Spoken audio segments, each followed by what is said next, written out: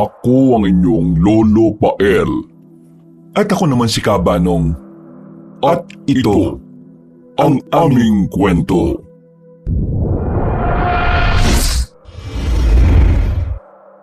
Kabanong, itago niyo na lang ako sa pangalang Laika. 35 years old.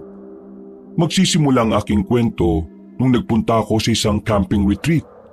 Hindi lang para makapag-reflect ng aking sarili, kundi para na rin makapagsimula ng panibagong buhay.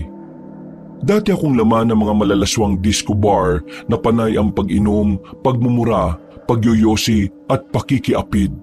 Subalit nang malaman kong meron akong stage 2 pancreatic cancer, ay dito na nagsimulang magbago ang aking buhay.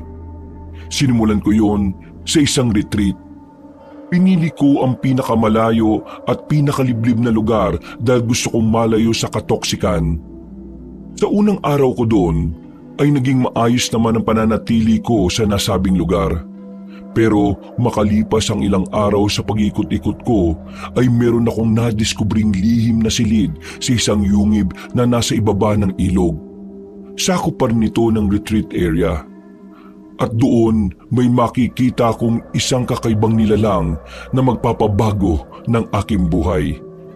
Mga kabangers, mga kayanggaw, ito ang aking kwento. Bago nga pala magsimula ang ating kwento, sana'y mapindot nyo muna ang subscribe button at ang notification bell para lagi kayong nanonotify pag may bago tayong mga kwento. At huwag nyo rin kalilimutan mag-like at comment. Napakalaking tulong po ito sa ating channel para mas makapagatid pa kami sa inyo ng mga magaganda at mga nakakapangilabot na mga kwento. At ngayon, sa ating pagpapatuloy. Kabanong, tahimik ang buong biyahe. Ilang oras na akong nasa kalsada. Kapansin-pansing wala na akong kasabay na iba pang sasakyan. Bingin-bingin na ako sa katahimikan. Kaya sinadya kong lakasan para mas malakas kong marinig ang ugong ng kotse. Bahagya ko rin binuksan ng sliding window ng sasakyan sa tabi ko para mas marinig ang ingay sa labas. Parang musika tuloy ang paghampas ng hangin sa mga sanga ng punong kahoy na nasa gilid ng daan. Napasinghap ako at ninamnamang malamig na simoy ng hangin. Natigilan ako nang makarinig ng kakaibang boses galing sa likod ng aking isipan. Ang sinasabi ng tinig, "Bakit dito ka pa nagpunta, Laika?" Hindi ko alam kung guni-guni ko lang ba o ako mismo ang bumubulong nun sa sarili ko. Napaismid na lang ako at nagpatuloy sa pagbabiyahe. 2 buwan pa lang ang nakakalipas mula nang malaman kong may stage 2 pancreatic cancer ako. Noon, lahat ng oras ko ay ginugol ko sa mga bar, sa halos gabi-gabing pag-iinom, pagsisigarilyo, at kung ano-ano pang makamundong kalayawan maliban sa paggamit ng iligal na droga. Dahil sa pagbabar, ay hindi ko na rin mabilang sa mga daliri ko sa kamay at paa kung ilan na rin ang naka-one night stand ko. Maswerte lang din dahil hindi ako nadadapuan ng sakit na may kinalaman sa ganoong gawain. Masaya ako noon dahil sa pag-aakalang ito ang totoong kalayaan. Pero nang malaman ko ang sakit ko, parang biglang tumigil ang mundo. Para akong huminga ng huling beses at simula noon gusto ko nang magbago. Kung may natitira man akong panahon, gusto kong mapayapa. Kaya narito ako ngayon, papunta sa isang retreat house sa Baryo Liwanag. Isang lugar na halos wala sa mapa, pero pinili kong puntahan dahil sa pangako nitong kapayapaan. At pagbabalik loob sa Diyos bago man lang niya ako kunin. Kahit papaano ay nangangarap din naman akong makapunta sa langit at hindi sa impyerno. Kung talagang totoo man ang mga yon. Sa totoo lang kasi, Kabanong, naniniwala ako sa Diyos pero hanggang doon na lang yon. Ngayon ay gusto kong lumalim ang paniniwalang yon kaya nagdesisyon na ako para sa sarili ko. Bago pa mahuli ang lahat. Habang patuloy sa pagmamaneho, pansin kong palayo na ako ng palayo sa kabiasnan. Wala nang signal ang cellphone ko at ang daan ay unti-unting nagiging makipot na nababalot ng mga lumang punong kakaiba ng tingnan kung malawak ang imahinasyon mo. Ang mga anino na mga ito ay parang mga kamay na nakayuko mula sa langit. Tila mga nilalang na nag-aabang akong sakmalin. Pero hindi ko yon pinansin. Nagdire-diretso lang ako at pagliko ko sa isa pang kurbada ay napansin kong may lalaking nakatayo sa gilid ng kalsada. May buhat siyang mga panggatong sa balikat. Pawisan pero matikas. Moreno siya, may matipuno at pangprobinsyang tindig. Ganitong-ganito ang mga tipo kong lalaki. Katulad siya ng mga kalalakiang nakaka one night stand ko noon. Ang kaibahan nga lang ay medyo marungis ang lalaki. Nang makita niya ako ay napaangat siya ng muka na parabang nangangamusta. Dahil doon ay napahinto ko saglit para na rin makapagtanong. Dahil wala ng signal kaya hindi ko na rin makita kung saan ako dadalhin ng GPS. Kuya, excuse me lang. Pwede ba magtanong sa'yo? Ha? Oo naman, walang problema. Pero wag mo na akong tawagin kuya. 35 pa lang naman ako eh. Ay, pasensya na. Magkaedad lang pala tayo. Mukha na ba ako matanda? Hindi naman. Nakasanayan ko lang din kasi. Alam mo na, pagalang lang. Balik tayo rin sa itatanong ko sana. Kung okay lang. By the way, ako si Laika. Sige. Ako naman si Jem. Anong tanong mo nga pala, miss? Nasa Baryo Liwanag na ako, di ba? Ito bang daan na tinatahak ko ang papunta sa retreat house? Oo. Papunta nga yung daan na yan. Pero, miss, sigurado ka ba talaga na pupunta ka sa lugar na yon? Oo eh. Bakit naman hindi? May problema ba? Wala naman. Pero, hindi kasi yun basta lugar na pinupuntahan ng mga katulad mo eh. Bakit naman? Sa retreat house na sinasabi mo, may mga kwento-kwento na kumakalat dun eh. At hindi siya maganda. Mga multo-multo ba? Actually, nabasa ko na yon at napanood sa ibang videos na mga nagpunta ron. Hindi naman ako takot sa mga multo at saka hindi ako masyado nagpapapaniwala sa mga ganyang klase ng kababalaghan. Hindi multo. Mas masahol pa. Maraming hindi nakabalik mula ron. May mga napapabalitang nawawala tuwing kabilugan ng buwan. Yung iba, natagpo ang punit-punit na ang katawan na parang nilapa. Talaga? Biro lang. Tinitesting lang kita, Laika. Pero mukhang matapang ka naman eh. Loko ka rin Pero kinabahan ako sa sinabi mong yan Kalimutan mo na yung sinabi ko. Pero mag-iingat ka pa rin Kasi naririnig ko ron na may kakaibang araw sa retreat house na yon. Siyempre sa isang dayuhang katulad mo, lalo na't hindi ka taga rito, dapat talaga na mag-ingat ka. Salamat sa concern, kuya. Jem. Yan talaga real name mo? Oo, Jem de la Cruz. Salamat ulit, Jem. Pero kahit may kung anong kababalaghan man dun, mas kailangan ko to para sa sarili ko. Nakipagkamay ako sa kanya, Kabanong, at naramdaman ko kung gaano kainit ang palad niya. Magaspang yon pero lalaking lalaki. Tila nakaramdam ako ng kakaibang ginhawa sa simpleng paghawak niya. Isang pamilyar na init na matagal ko nang hindi nararamdaman. Basta kapag may narinig kang umiiyak sa gabi, huwag kang lalapit Huwag kang magtitiwala kahit kanino. Mag-focus ka lang sa sarili mo. Hanggang sa maging okay ka na. Kung ano man yung pinagdaraanan mo ngayon sa buhay, sigurado ko malalampasan mo yung mga yan. O sige, Laika. Ingat ka Opo, Tatay Jem. Hindi po ako magpapauto sa mga multo. Sige na at maiwan na kita dyan. Siya nga pala, pagkatapos mo mag-retreat, kung gusto mong gumala dito sa lugar namin pwede ako maging tour guide mo. Talaga? Oo, sa unang araw ililibre ko na lang. Basta sa pangalawang araw o pangatlo, hindi na Gusto ko yan. Pero paano kita makokontak? Wala naman signal dito sa area nyo Address ko na lang para makadirekta kang makapunta sa akin. Hindi na nga ako nagpatumpik-tumpik pang kunin ang address ni Jem. Pagkatapos ay nagpaalam na talaga kami sa isa't isa. Habang lumalayo ang kotse ay hindi ko maiwasang mapatingin sa side mirror. Nakita ko pa si Jem na nakatayo sa gitna ng daan habang nakatingin lang sa direksyong tinatahak ko. Hindi siya gumagalaw na parabang may gusto pang ihabol na sabihin. Napakibit na lang ako ng balikat saka nagtuloy-tuloy na sa pagdadrive. Creepy lang siguro talaga yung lugar, kaya ganun kung makipag-usap yung Jem sa akin. Pagdaan ng higit 3 kilometro ay napansin kong nag-iba ang tanawin. Wala na mga bahay at talagang puro kagubatan na lang ang nakikita ko. At doon ko nakita at nadaanan ang kakaibang mga sasakyang nakaparada sa gilid ng kalsada. Karamihan sa mga yon ay kalawangin na, sira-sira at tinutubuan na nga ng mga damo-damo. Halata na matagal nang iniwan ng ilan nga at parang dekada na yata. Bakit ang daming mga sasakyan dito? Parang sayang naman, mukhang magaganda yung iba. Ang weird ah. Saglit kong inihinto ang sasakyan at isa-isa kong tiningnan ng mga ito. Hindi lang pala mga kotse ang naroon dahil may nakita rin akong mga lumang jeep na wala ng mga gulong. Ilang mga motor at tricycle na natabunan na ng mga tuyong dahon at mga bisikleta, kasama na rin ang iba pang mga gamit tulad ng bag, lamesa at mga upuan. Abandoned area, I guess.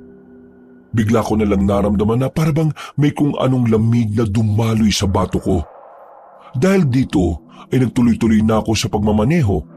Hanggang sa ilang minuto pa ay napansin kong tila nagtapos na rin ang sementadong kalsada. Sa unahan ng daanan ay may lumang tulay na gawa sa kahoy. Napatingin ako sa itaas nito dahil meron akong nakitang nakasulat. Delikado. Hanggang dito lang ang sasakyan. Malamang hindi naman kasya dyan sa tulay ang kotse ko. Ang creepy naman ng pagkakasulat, parang horror ang datingan. Pero medyo interesting tong lugar ah. San kaya ako pwede mag-park?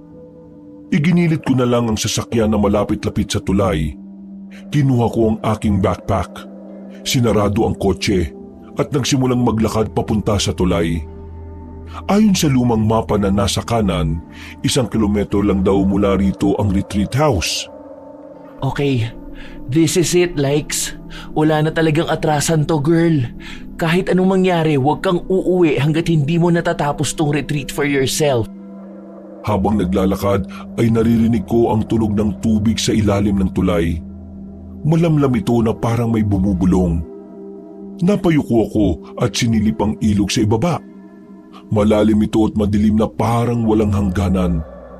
Bigla tuloy akong nangilabot at nang ma-realize kong maliban sa akin ay wala ng ibang tao sa lugar, medyo nakaramdam ako ng kakaiba.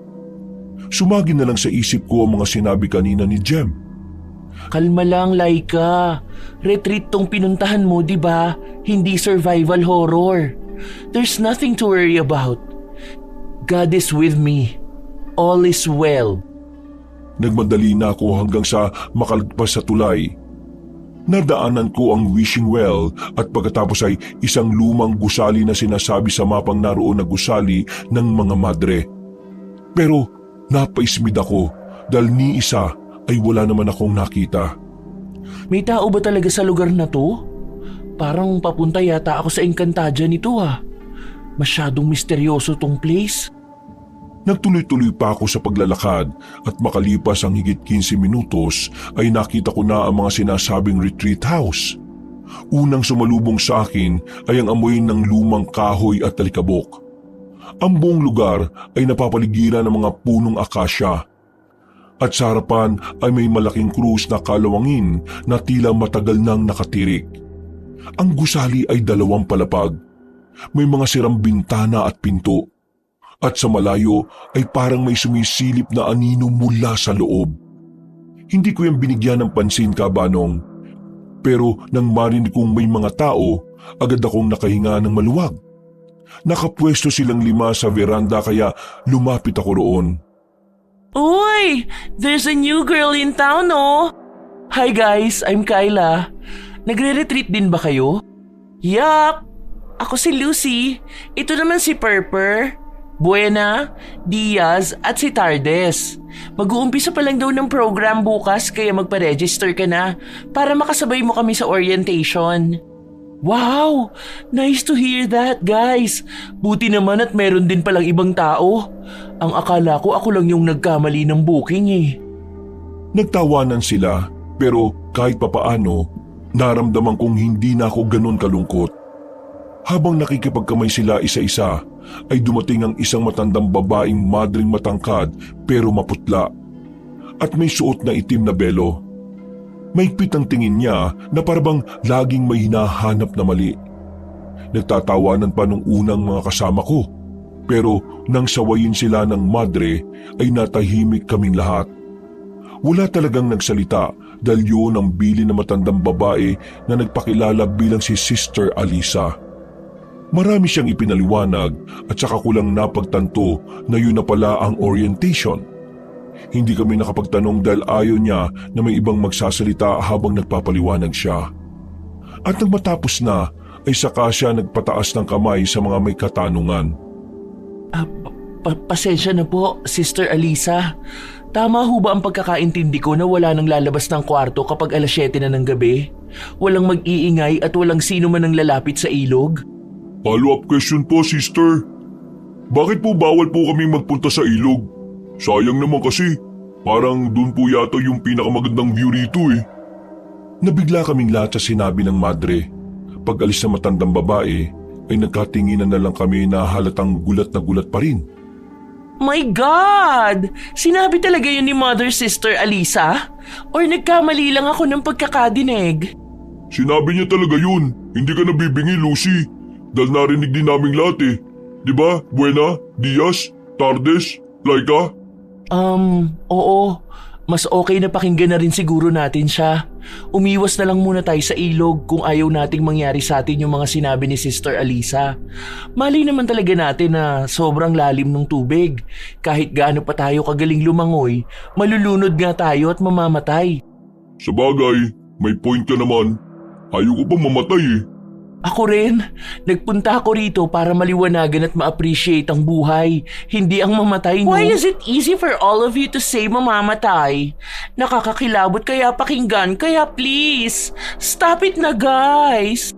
I'm sorry, Lucy. Sure, no problem. So, tara na guys sa loob dahil baka magalit pa si Miss Minchin. I mean si Mother Sister Alisa pala. I'm sorry Lord. Nagiging bad na naman ako. My God. Napailing na ako habang pasimpleng natatawa sa mga sinasabi ni Lucy. Pagkatapos ay isa-isa kaming pumasok sa loob ng nilulumang establishmento. Sa mga lumipas na oras, naging maayos naman ang pananatili namin sa loob ng retreat house. Masungit lang si Sister Alisa pero masikaso siya sa lahat. Sinisiguro niyang matutugunan ang pangangailangan naming lahat kaya natuwa rin ako sa kanya. Kinagabihan habang nasa kwarto at nagpapahinga ay naririnig ko pa rin ang tunog ng ihip ng hangin sa labas. Nakabukas kasi ang bintana dahil ninanamnam ko talaga ang lamig nito. Nilabas ko ang cellphone. Walang signal siyempre. Kaya binuksan ko na lang ang maliit na rosaryo na ibinigay sa akin ng nanay ko noon. Para sa bagong simula, Lord, help me na matapos ko tong pinangako ko sa inyo.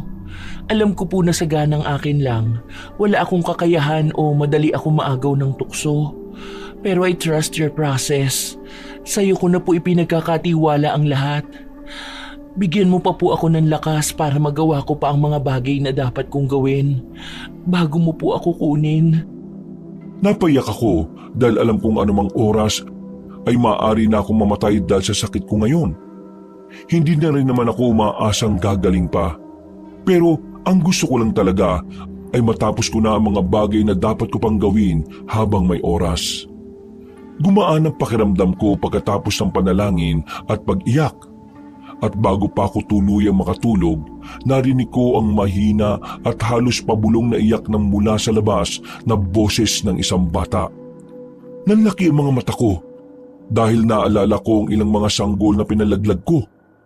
Napabalikwas ako ng bangon at nagpalinga-linga sa paligid, pero wala naman akong kasama sa kwarto. Paglipat ko sa bintana, sinilip ko ang madilim na kapaligiran sa labas. Walang tao. Pero naroon pa rin ang boses ng mga sanggol na nag-iiyakan. Pinarurusahan niyo na po ba ako, Lord? Bakit ko po naririnig ang mga to? Mas lalo kong kinilabutan dahil biglang lumalim ang pag-iyak ng mga sanggol hanggang sa maging tila pag-ungol na ito. Pagaralgal na parang pilit maging boses bata kahit halatang halimaw yun. Nanginginig ang kalamnan ko at napatras. Pero bago ko patuluyang maisara ang kurtina ay may napansin ako sa mga kapunuan. Mga pares na mga namumulang mga mata ng bata. Sabay-sabay yung kumukurap-kurap hanggang sa lumantad sa dilim. Ganun na lang ang takot ko nang makita ang napakaraming tiyanak sa sanga-sanga ng mga puno. Napahiyaw ako sa takot at napasiksik sa kama hanggang sa marinig ko na lang na meron ng pakalabog na kumakatok sa pinto. Ilang saglit pa ay bumukas na yon at pumasok si Sister Alisa, hawak ang susi. Kasunod niya ang isang matandang lalaking ngayon ko lang nakita, pati sina Lucy at Purper. What happened to you, girl? Sa lakas ng boses mo, it scared me, you know? Sorry guys, nakaistorbo ba ako? Hell yeah! Pati yata natutulog na kung anong multo sa lugar na to, nagising mo rin, girl. Don't do that again, okay? Pasensya na kayo. Sorry po, Sister Alisa. Tinamaan lang ako ng tingin ni Sister Alisa habang ang iba pa ay napapailing na lang. Pero ang mas nagbigay sa akin ng kakaibang impresyon ay ang matandang lalaking ngayon ko lang nakita. Hindi ko masabi kung ano, pero ramdam ko talaga na merong kakaiba sa kanya. Nagtaka pa ako dahil paglabas ni na Sister Alisa at ng iba pa ay nagpaiwan ang manong. Mawalang galang na po. Pwede po bang lumabas na kayo, Manong? Matutulog na po kasi ako. Mas makabubuti kung di mo bubuksan ang bintana lalo na kapag gabi. Opo. Hindi na ako natapos sa pagsasalita ka, Banong, dahil lumabas na rin kagad ang silidang nasabing matandang Ginoo. Ni hindi man lang siya nagpakilala sa akin. Kaya pagsara ng pinto ay napabuntong hininga na lamang ako habang napapasign of the cross. Pagkatapos ay muli akong nanalangin bago matulog ng mahimbing. Hindi ako nakatulog na maayos nung gabi. Bawat kaluskos kasi at bawat ihip ng hangin na tumatama sa bintana ay parang nagiging bulong ng mga kaluluwang naglalakad sa paligid ng lumang retreat house. Hindi ko alam kung takot lang ba o may totoong presensyang nandoon. Hindi naman ako matatakotin, pero bakit parang pagdating ko sa lugar na to ay maraming ang kababalaghang nangyayari sa akin. Mukhang tama talaga ang sinabi ni Jem sa akin. Pagbangon sa kama ay saka ko lang napansing basa ang likod ko dahil sa pawis. Nagpalit na lang kagad ako ng damit bago sumilip sa bintana. Naroon ang iba sa labas at nag-uusap-usap. Normal lang ang lahat. Pero sa loob-loob ko, parang may bumubulong na kakaiba. Parang may hindi tama sa lugar na yon. Lumabas na ako ng kwarto at nagpunta sa kinaroroonan nila. Sinalubong ako ng ngiti ni Purper at Lucy habang ang iba ay abala sa kung ano. Medyo late ka nang gumising, Laika. Hindi ka siguro masyadong nakatulog kagabi, no? Oo nga, tama ka dyan. Hindi nga ako masyadong nakatulog. Namamahay siguro ako. Hinihintay ko nga kung sisigaw ka ulit eh. Medyo nag-worry din kasi ako sa'yo kagabi. Parang takot na takot ka. May nakita ka ba o naramdaman ka kaiba? Wala naman. Don't tell us na eme-eme mo lang yung pagsigaw-sigaw mo last night, Pero to tell you honestly, medyo eerie talaga yung place na to. Ako nga rin kagabi, I heard some strange noises. Nai-imagine ko tuloy na parang may mga aninong dumudungaw sa bintana ng kwarto ko. Kaya nagtalokbong talaga ako, I swear to God. Kayo talaga mga babae, ang lawak masyado ng imagination nyo. Baka hayop lang yung narinig mo, Lucy, katulad ng mga pusang ligaw o daga. Kasi yung lugar na to sa luma, baka pinamamahayan na ng mga ganong hayop eh. Ngumiti ako ng pilit, pero deep inside, alam ko sa sarili kong may something strange talaga sa lugar na yon. Ilang saglit pa, habang nagpapatuloy ang pagkukwentuhan namin, ay tumunog na nga ang bell. Dahil dito ay bumalik na kami sa loob. Dahil ako ang nahuling pumasok, napansin ko ang matandang lalaki kagabi na naglalakad papunta sa kung saan. Hindi ko na lang pinagtuunan ng pansin dahil medyo nagmamadali. Pagdating sa chapel hall, ay doon namin nakita ulit si Sister Alisa. Nakatayo siya sa harap ng krus at tila nagsisimula ng maikling panalangin bago magalmusal. Pagkatapos ay narinig kong sinabi niya na ang retreat na ito ay hindi lang pagpapahinga ng katawan at kaisipan, kundi isang paraan ng paglilinis ng kaluluwa. Sa lugar na ito raw ay matatamasa namin ang katahimikang inaasam namin mula sa maingay na mundo. Sa huli ay may nabanggit siyang nasabi naman nakahapon sa orientation. Tapos nagbago na naman ang hilatya ng kanyang pagmumuka na parang galit. Dahil dito ay napatingin ako kay Purper at Lucy na tila nagbubulungan. Sina Buena, Diaz at Tardes kasi ay parang sincere na sincere sa pakikinig sa madre. Nakinig lang ako sa dalawa habang ang tingin ay nasa madre. Ang weird niya, no? She's always like a mad dragon. Kanina lang ang hinahon niya tapos parang galit agad. Baka pagod lang. Sa lawak ba naman ang lugar na to eh. Tapos halos dalawa lang yata sila ni Mang Vincent yung nag-aasikaso. Hindi ka ba may stress at magagalit agad? What the F? Basta, there's something off about the old mother-sister woman blah blah blah. Hindi tuloy siya nagmumukhang madre sa paningin ko. Mas witch pa siyang tingnan eh. Sorry po Lord, forgive me. Nasa retreat nga pala ako, my gosh. Pasimpleng nagtawanan ng dalawa kaya napangiti na rin ako kabanong. Pero sa kabilang banda, napaisip din ako sa mga sinabi ni Lucy. May kakaiba rin talaga kay Sister Alisa. Same vibe sila nung matandang lalaki na tinawag namang Vincent ni Purper. Maya-maya pa, nang matapos ang dasal, sabay-sabay kaming pumunta sa mess hall. Pasimple akong napatakip ng ilong dahil sa amoy luma ang lugar. Pero sa kabilang banda ay maayos naman. Doon ko formal na nakilala si Mang Vincent. Isa pala sa mga caretaker ng retreat house. Doon ko lang din siya nakita ng matagalan at mas napansin ko ang itsura niya. Matanda na siya, puti na pala ang buhok at may kakaibang kumpas ng katawan. Para talaga siyang laging nagmamadali na parang may kung anong tinatakasan o tinataguan. Bumati kaming lahat sa kanya ng magandang umaga. Tumango lang siya at seryoso kaming pinagmasdan. Kumain kayo ng maayos at magpakabusog. Kung mag-iikot-ikot kayo mamaya, huwag kayong lalabas ng compound at huwag magpupunta sa masukal na parte, lalo na sa ilog. May mga mabababang ilog dito pero delikado pa rin paliguan. Kaya pakiusap lang sa inyo. Huwag na kayong magtangkang pumunta. Tumango kami pero napatingin ako sa kanya.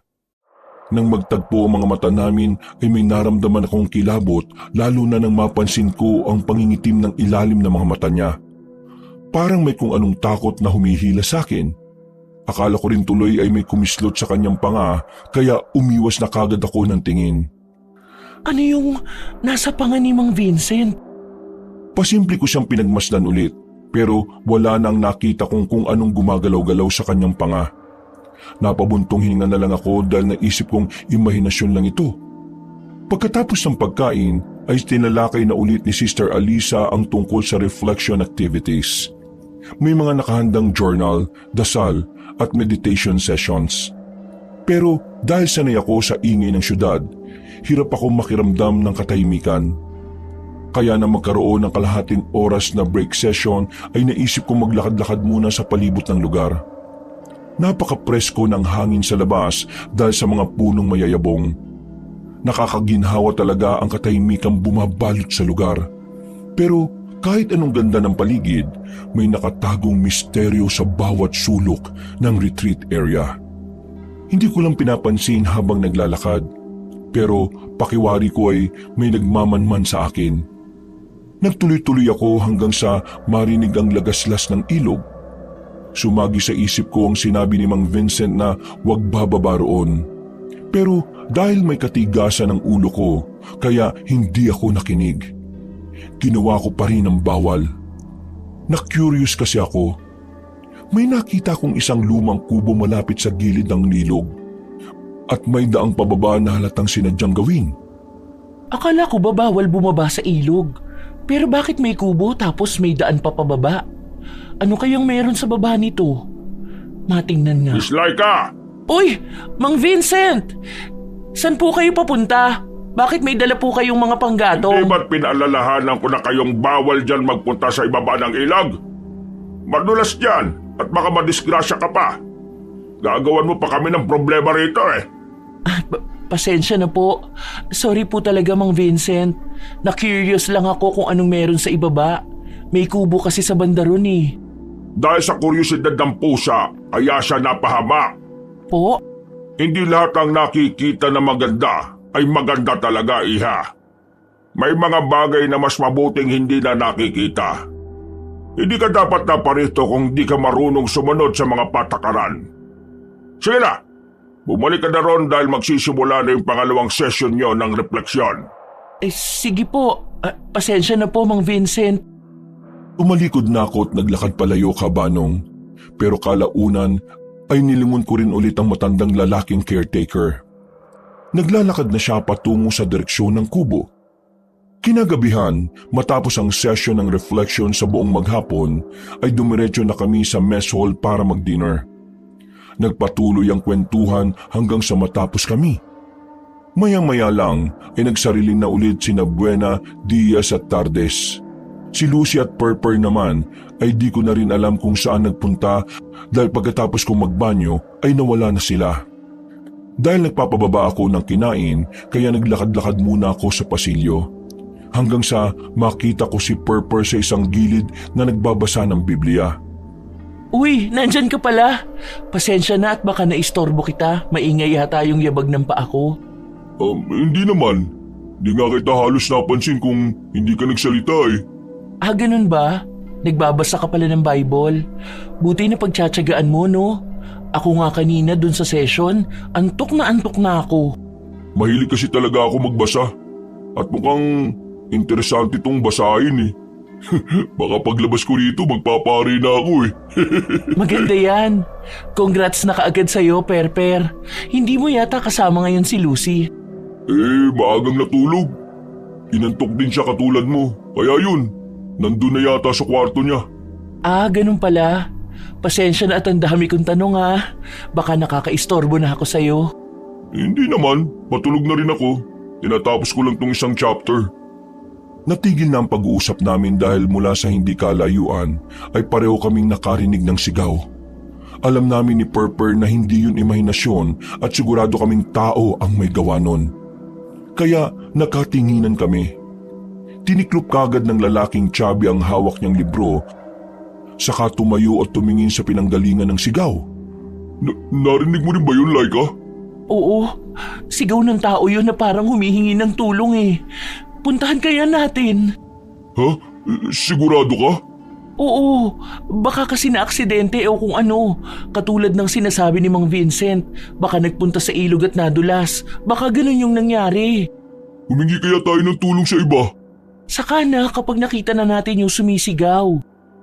Lalabas na sana kami para saklolohan ang narinig naming sumisigaw kanina, pero nagulat kami nang biglang sumulpot sa kung saan si Sister Alisa. Nakatingin siya ng matalim sa amin na para kaming lalamunin ng buhay kaya napatras ako. Aaminin ko kabanong na natakot ako dahil nakatapat mismo sa mukha niya ang kandilang nakasindi pa. Tinanong niya kami ni Purper kung ano pang ginagawa namin sa pasilyo. Kaya nag-explain kagad ako. Yun nga lang, sa halip na pakinggan ay tila binabaliwala lang kami ng madre. Ang paliwanag niya sa amin ay ganito raw talaga kapag nagsisimula na ang session of reflection ng mga nagre-retreat. Maraming ginagawa ang dyablo para madistract ang aming mga kaisipan. Napaniwala niya kagad si Purper pero ako napapaisip pa rin hanggang sa umalis na lang ang matandang babaeng madre. Matapos kaming sabihan na pumasok na rin sa loob ng mga kwarto namin. Saan ka na pupunta, Per? Doon ako sa kwarto ko magtutuloy ng pagbabasa para kapag nakatulog ako dire-diretso na rin. Tara, sumabay ka na sa akin. Tama yung sinabi ni Sister Alisa. Maraming distraction sa paligid kapag ginugusto ng isang tao na ituwid ang buhay niya. Kung pakikinggan natin yung mga distraction na yon, hindi tayo makakausad sa buhay. Tama ka. Tara at sabay na nga tayo. Pumasok na kami sa loob at pagdating ko sa kwarto ay tila hindi pa rin ako mapakali. Pakiramdam ko kasi talaga ay hindi namang guni-guni ang narinig namin. Sigurado akong totoong boses yun ng tao na sumisigaw. Paano kung totoong tao nga talaga yun? Hindi ako makakatulog kapag ganito. Kailangan kong malaman kung ano yun. Bumangon ako ulit sa kama at kinuha ang jacket para lumabas ng kwarto. Maingat akong naglakad sa pasilyo, dala ang maliit na flashlight. Iniwan ko na lang din ang cellphone dahil bukod sa walang gamit sa ganung lugar, lobat din at naka-charge. Tahimik ang buong retreat house. Maliban sa tunog ng hangin at paglangit-ngit ng sahig sa bawat takbang ko, ay wala nang ibang maririnig na ingay. Narinig ko sa kwarto ni Buena, Diaz at Tardes ang mga boses nila na halatang gising pa. Kaya nagtuloy-tuloy na ako. Ano ba itong pinagagagawa ko? Para naman ako magnanakaw na ewan. Bahala na. Pagdating ko sa veranda ay nakarinig ako ng yabag ng paa sa ibaba. Mabagal lang ito na parang sinasadyang itago. Kaya naisip kong sundan.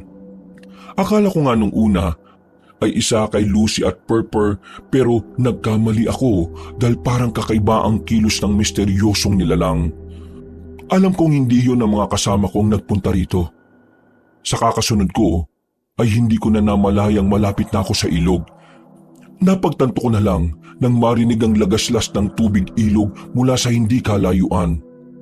Dahil maliwanag naman ang buwan kaya di ko na rin ginamit ang flashlight. Nagmasid-masid ako hanggang sa makita ko si Mang Vincent sa hindi kalayuan. May dala siyang basket na hindi ko alam ang laman pero balot na balot yun na halatang ayaw ipakita. Anong ginagawa rito ni Mang Vincent? Akala ko ba bawal lumabas ng ganitong oras? Pero bakit siya ang nandito sa labas? May tinatago talaga mga tao rito sa amin eh. Tama nga ang hinala ko. Totoong sigaw ng tao ang narinig namin ni Perper kanina. Sigaw ng batang lalaki yun. Pinagmasdan ko siya na bumaba ng tahimik sa makitid na daan pababa sa ilog. Kinakabahan man, hindi ko alam kung anong nagtulak sa akin pero sinundan ko siya. Dahil hindi ko kabisado ang daan, kaya mabilis siyang nawala sa paningin ko. Nagtuloy-tuloy ako hanggang sa ang tubig ay makita kong tila kumikislap sa ilalim ng buwan. Kasunod nito ay may kakaibang amoy na umalingaso sa paligid. Pinaghalong amoy ng malansang dugo at nabubulok na bagay. Napatakip ako ng ilong kabanong at kamuntikan na akong masuka. Ano yung amoy na yun? Grabe! Ang baho! Sobra! Makaalis na nga rito. Putik, hindi ko kaya yung amoy. Pabalik na sana ako paakyat na makita ko sa hindi kalayuan si Mang Vincent na lumiko sa kaliwa. Nagulat ako nang makitang isang pader na bato na natatakpan ng mga damo. May nakita akong parang siwang o bukana. Isang butas na pasukan at doon siya pumasok. May sikretong daanan doon? Kaya pala pinagbabawalan kami magpunta rito sa ilog. Huminga ako ng malalim at kahit kinakabahan ay sinundan ko pa rin siya. Nang nasa harapan na ako ng nasabing sikretong lugar ay lumingon-lingon muna ako sa paligid. Nang makita kong walang ibang tao ay pumasok na ako. Anong lugar to? Bakit sila may tinatagong ganitong klase ng lugar? Nagpatuloy ako habang naghahalo ang kaba at pagkamangha. Nagtanggal na ako ng takip sa ilong pero nanatili pa rin ang masangsang na amoy. Hindi nga lang kasing lakas ng kanina. Napatingin ako sa itaas nang may pumatak na tubig. Sinundan ko yon hanggang sa maagaw ang atensyon ko ng liwanag mula sa hindi kalayuan. Dali-dali ako nagtungo roon, pero maingat para hindi mahuli. Nagtago ko sa isang gilid at sumilip sa kung anong nasa likod ng pinanggalingan ng ilaw. Dito ko nakitang isang bakal na rehas at sa loob nito ay may isang batang lalaki. Ang tansya ko ay nasa 13 anyos na. Payat na payat yon, marungis at nakakadena ang mga paa at kamay. Nakaupo lang sa isang sulok habang tila nanlulumo. Mahaba ang buhok na halatang hindi na sinusuklay at nakahubot-hubad rin. Napatutok bibig ako sa pagkabigla. Diyos ko po, nagtatago at nagkukulong sila ng minor de edad sa lugar na to. Paano nila nagagawa to habang naglilingkod sila sa simbahan? Ay! Moko ka! Sabi naman sa'yo huwag mong tutulugan tong kapatid mo habang nagbabantay ka rito eh! Eto't pakainin mo na siya oh! Napatingin ako sa lalaking nakahiga sa gilid pero hindi ko na siya maaninag. Kumakamot-kamot lang yun ng ulo sa kinuha ang dalang basket ni Mang Vincent. Ilang saglit pa ay napalingon sila sa gawi ko kaya nagtago ako kaagad. Mabuti na lang ay hindi naman nila ako napansin. Hindi na rin ako tumingin at nakinig na lang ako sa usapan nila ng kung sinong lalaki. Ikaw nang bahala dyan ha. Bukas ng umaga pagdating ko rito dapat wala ka na. Tatandaan mo ang sasabihin ko. Huwag kang magpapakita sa retreat house dahil may mga tao ron ngayon. Ako na muna magbabantay sa kanya hanggang sa mag-alisan yung mga yon. Huwag kang patulog-tulog kung ayaw mong makakawala yung secret to. O sige na, babalik na ako ron. Maiwan na kita dyan ha.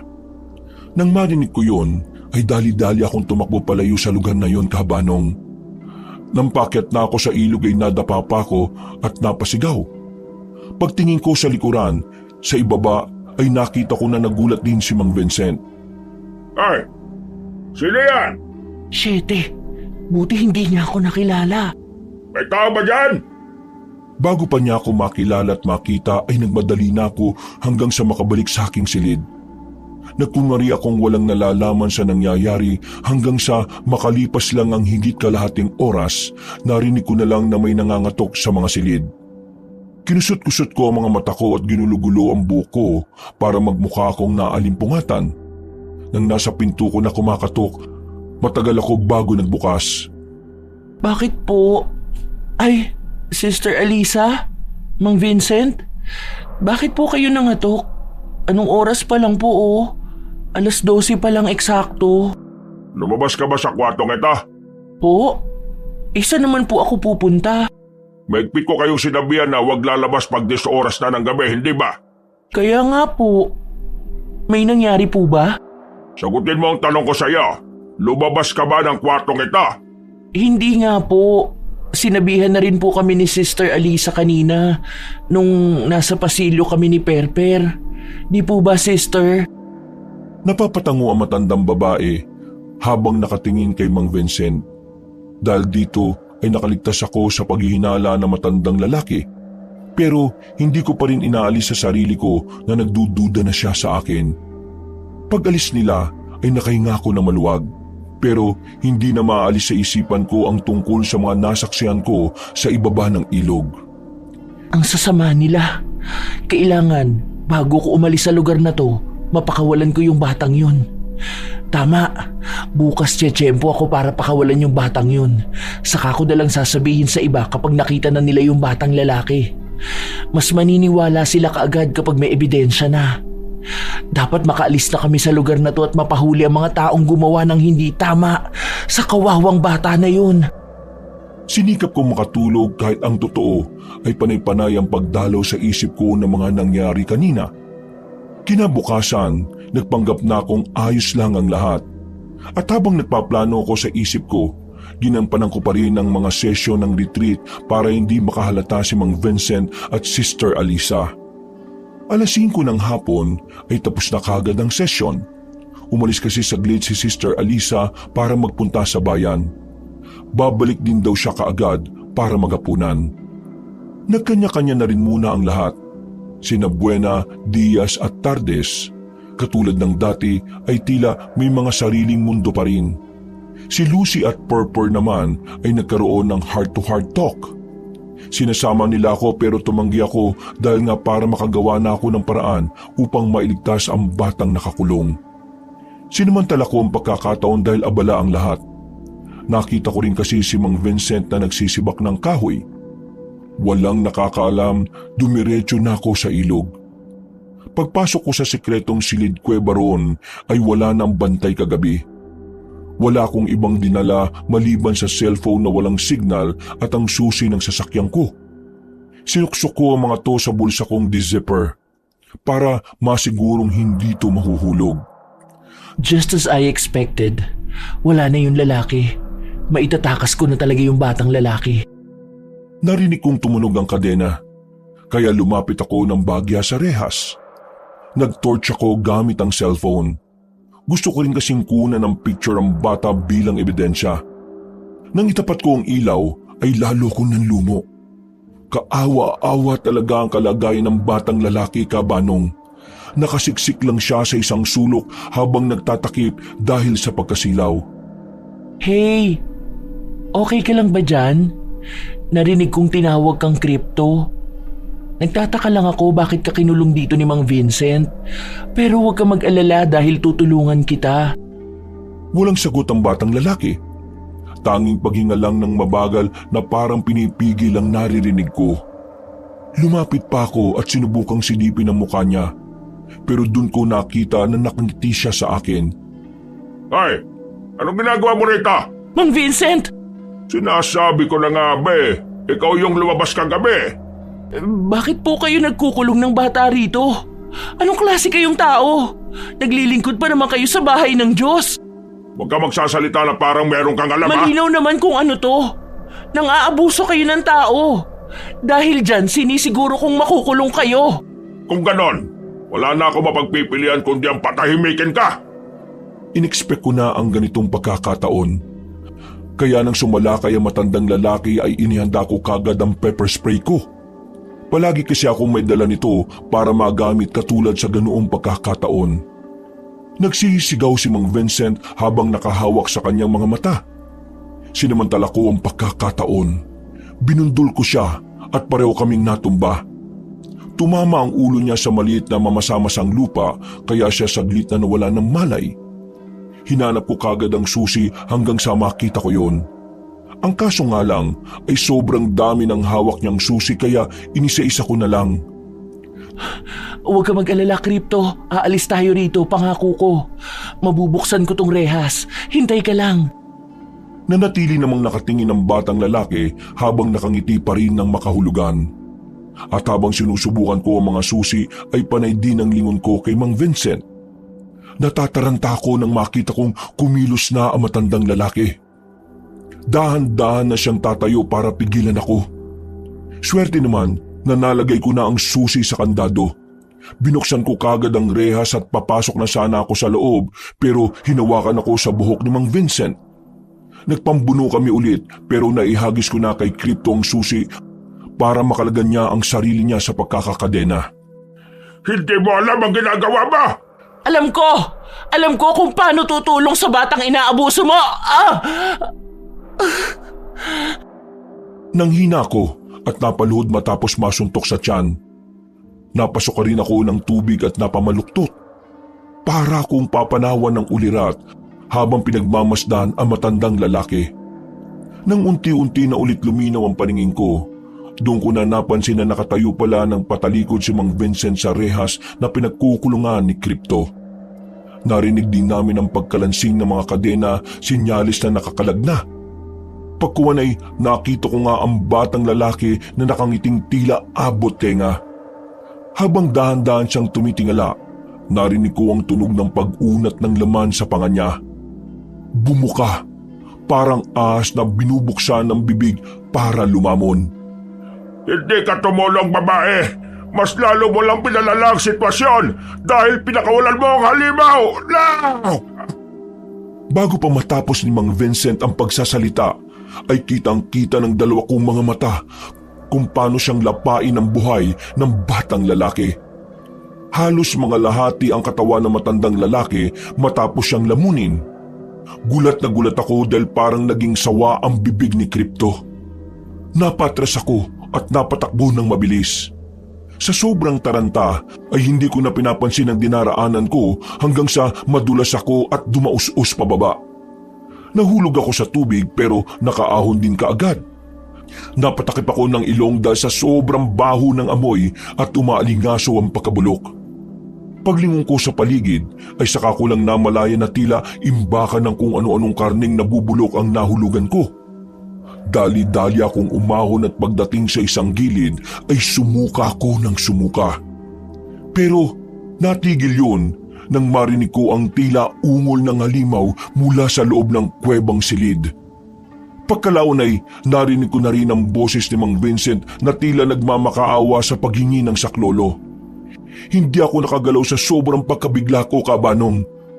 Pinakiramdaman ko lang ang nangyayari sa loob hanggang sa maya-maya lang mula sa isang tila maliit na butas ay may kung anong lumabas papunta sa pinanghulugan ko kanina. Nang lumutang yon, nagimbal ako at napatutup ng bibig. Nakita ko kasi si Mang Vincent naggutay-gutay na ang katawan, pero humihinga-hinga pa. Napaharap siya sa kinaroroonan ko at pinilit niyang abutin ang kamay ko habang tila may kung anong bumubulong. Sa takot ko ay dali-dali akong tumakbo paakyat palayo sa lugar na yun. Pero nakita ko pa kung paanong lumundag si Crypto sa tubig at tuluyang ninasab ang kawawang matandang lalaki. Ang narinig ko na lang ay ang paglagutok ng mga buto ng lalaki. Pagkatapos nito ay nagtuloy-tuloy na ako pabalik sa retreat house. Naabutan ko sina Lucy, Purper, Buena, Diaz at Tardes na nagkakasiyahan sa common area. Nagulat sila nang makita kong basang-basa at nangangamoy mabaho. My God, girl! Saan ka ba galing? Ang baho mo! As in legit! You smell like a rotten flesh! Umalis na tayo rito! Please! Umalis na tayo! Dito ko lang naramdaman na matinding takot, Kabanong. Nanginig ang mga tuhod ko kaya ako napaupo. Mabuti na lang ay umalalay kagad sina Buena, Diaz at Tardes habang sina Lucy at Purper ay nagtataka pa rin. Doon sa ilog! May halimaw doon sa ilog! Halimaw? Oo, Perper! May halimaw doon! Kaya ayaw tayong papuntahin ni Mang Vincent doon sa ilog kasi meron silang ginawang secret na kulungan doon. Nadiskubre ko yun kagabi pa. Kaya nga sila nangatok, di ba? Nakita ko may nakakulong doon na bata. Si Crypto! Teka, hinay-hinay ka lang ha. Ibig mong sabihin, may kinukulong silang bata ron sa sinasabi mong kuweba sa ilog? Oo, pinakawalan ko yun kasi ang akala ko pero pinatay nun ni Crypto si Mang Vincent. Seryoso ba yan? Mabigat na akusasyon yan, Laika. Tingnan niyo yung itsura at amoy ko ngayon. Mukha ba akong hindi nagsasabi ng totoo, ha? Please naman, maniwala kayo. My God, girl! You're crazy as fudge! Kaya ka pala nagpunta rito sa retreat house para mawala yung paranoia mo? Pero I think you're in the wrong place, girl. Doon ka dapat nagpunta sa mental, not here. Will you please shut the fuck up? I'm not crazy! Chill the F out, girl. Naku, bahala ka na dyan. Kulang ka lang yata sa pansin. Boys, pansinin niyo na si ate girl na masyadong ginugusto na center of attraction. Naiyak na lang ako lalo dahil sa mga pinagsasabi sa akin ni Lucy. Hindi ko alam kung anong mas nakakabaliw, yung mga nakita at naranasan ko o yung hindi ako pinaniniwalaan ng mga kasama ko dito sa retreat house.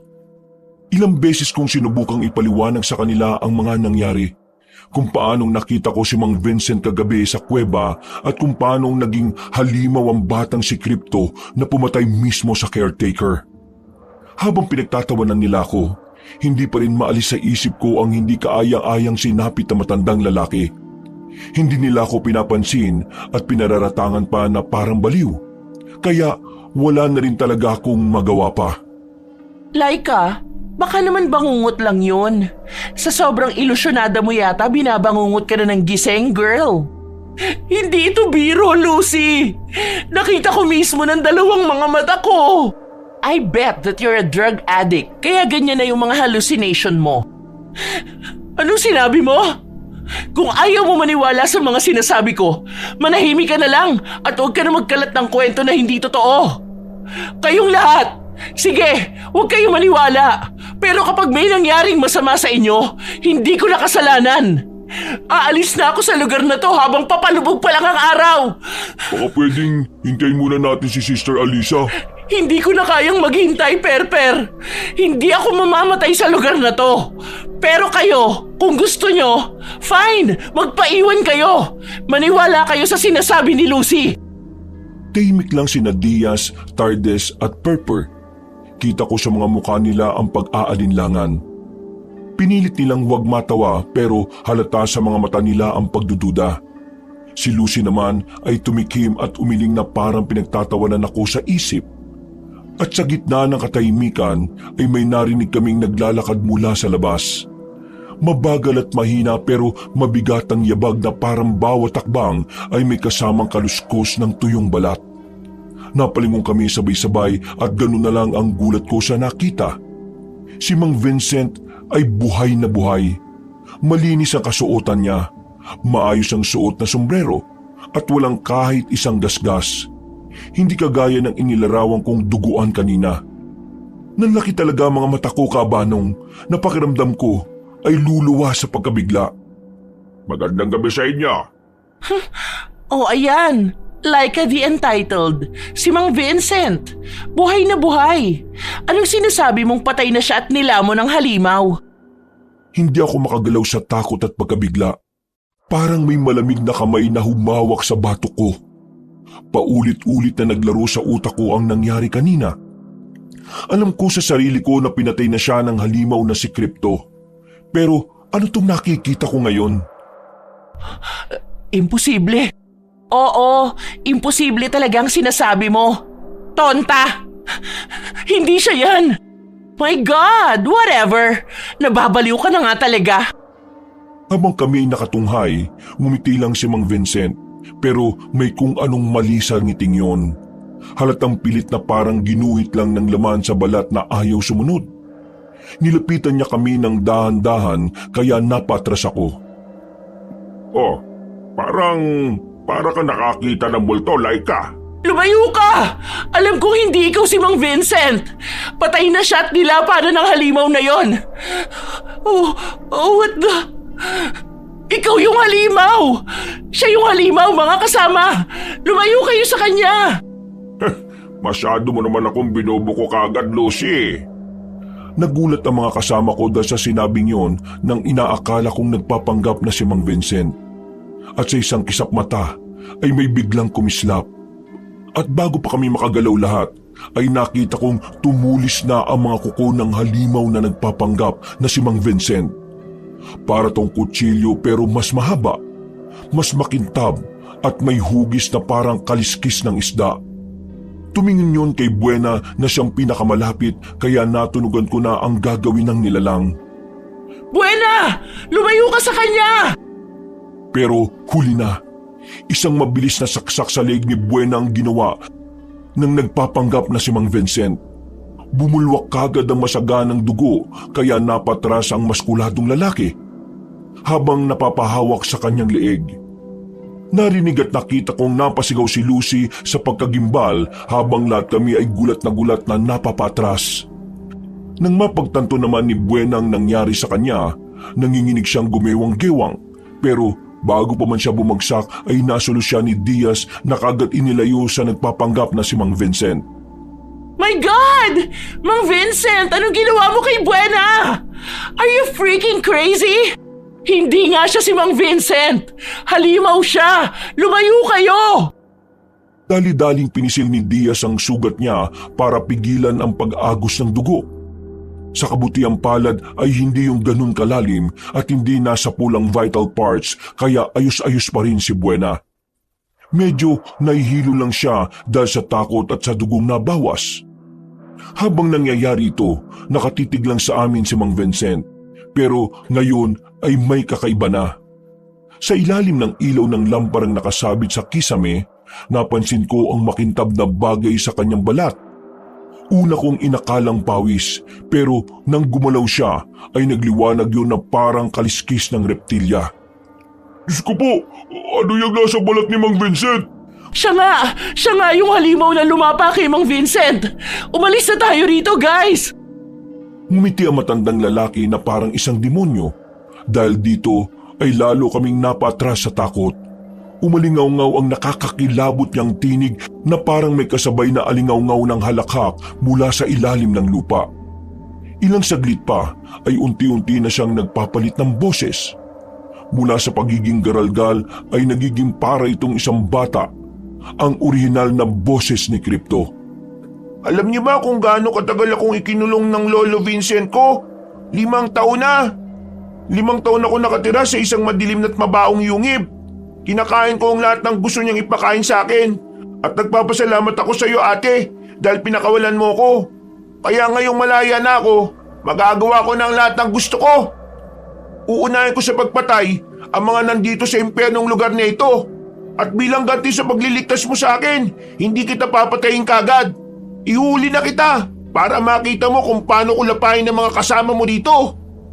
Habang nagsasalita ay kitang-kita namin kung paano siyang magpalit ng anyo mula sa mukha ni Mang Vincent hanggang sa pagiging anyo ng isang patpating bata. Pero ang kaibahan lang sa ngayon, hindi na siya mukhang nakakaawa katulad ng una ko siyang nakita. Nakakatakot na ang itsura niya na may mga namumulang mga mata, makaliskis na balat at matutulis na kuko. May bahid na rin siya ng mga tuyong dugo at ilang parte ng karne sa katawan na biglang mas lalong umalingasaw. Anong klaseng nilalang ka? Isa akong bingil. Namana ko ang sumpa na to sa nanay kurensya ko. Isang uri ng nilalang na hindi tinatanggap ng langit o impyerno. Lahi ng mga nilalang na nabubuhay para kumain ng sariwang dugo at karni ng tao. Bingil? Alam mo ba kung ano yon, ate? Isang uri ng aswang. Pero higit pa ako sa mababang uri dahil ang mga katulad namin ay isa sa mga sinaunang anyo ng kadiliman. Ang balat namin ay parang kaliskis ng mabangis na sawa. Ang dugo namin ay parang asidong dumadaloy sa ilalim ng maningning na buwan. Nanginginig ako sa takot, Kabanong, matapos yung marinig at alam kong ganito rin ang naging pakiramdam ng mga kasama ko. Gusto ko na sanang tumakbo pero hindi na kinakaya ng panginginig ng mga tuhod ko. Para na ring nabaon ang mga paa ko sa sahig. Lalo lang akong nayanig sa pagkagimbal nang muli siyang humalakak. Bigla nang tumakbo si Tardes dahil sa takot pero hindi siya pinansin ni Crypto. Nagpatuloy lang siya sa pagsasalita at paglalahad ng kanyang kwento. Wala pa rin kasing umaalis gawa ng pagkasindak maliban na lang kay Tardes. Napakasarap sa pakiramdam na muling makalaya. Kaya sinisiguro kong masusulit ko ang kalayaang ito. Ano? Handa na ba kayong mamatay lahat? Wait! Spare us, please! Bibigyan kita ng maraming pera pagbalik ko sa Manila. Or I will be your supplier kapag need mong kumain ng mga tao. Magpapapatay ako ng mga kriminal. Huwag mo akong patawanin. Hindi ko kailangan ng pera at mas lalong hindi ko kailangan ng tulong ni Numan. Kayang-kaya ko yun gawin. Isa-isa kayong magsisilbing saksi sa pagbabalik ng tunay na bingil. Muling tumawa ang batang halimaw at pagkalaon ay siyang bumaling kay Buena. Na ngayon ay inaakay na ni Diaz palayo. Pakilos na sana siya para umatake pero hindi ko na rin napigilan ang sarili ko. Kahit natatakot ay siningalan ko ang batang lalaking aswang. Tama na! Hindi mo kailangan pumatay. Kung totoo ang sinasabi mo, bakit mo kailangan gawin to sa amin? Hindi kami mga masasamang tao. Nagpunta kami sa lugar na to para magsimula ng pagbabago. Katulad mo rin kami na biktima. Hindi man aswang ang anyo namin. Binalot naman ang puso namin ng sumpa. Kaya pakiusap, huwag mong gawin sa amin to. Wala akong pakialam sa nararamdaman nyo. Basta mamamatay kayong lahat ngayong gabi. Pagkasabi niya noon, gamit ang matutulis niyang kuko, ay bigla niyang hinila ang balat sa sariling leeg. At doon nagsimula ang mas matinding pagbabago na pinangunahan ng kadiliman. Narinig naming lahat ang tila napupunit na laman ni Crypto. Isang tila basag na tunog na parang binibiyak ang tuyong kahoy. Umigting ang kanyang leeg hanggang sa lumitaw ang mga litid at pagkalaon ay pumutok ang mga ugat doon. Ang balat niya ay nagsimulang kumulubot. Pagkatapos ay para itong sinisilaban dahil unti-unting natutuklap. Kalaunan ay nagbagsakan ito sa sahig bilang mga piraso ng kaliskis. Ang amoy ay parang nabubulok na bangkay na may halong asido. Ang mga mata niya ay mas lalong namula. Wala nang paglagyan ng itim na bahagi at kumikislap na ito na parang mata ng buwaya. Lumaki ang katawan niya. Ang mga buto ay malakas na nagsipaglagitikan. Bawat kalmot ng kuko niya ay nagiiwan ng marka sa hangin.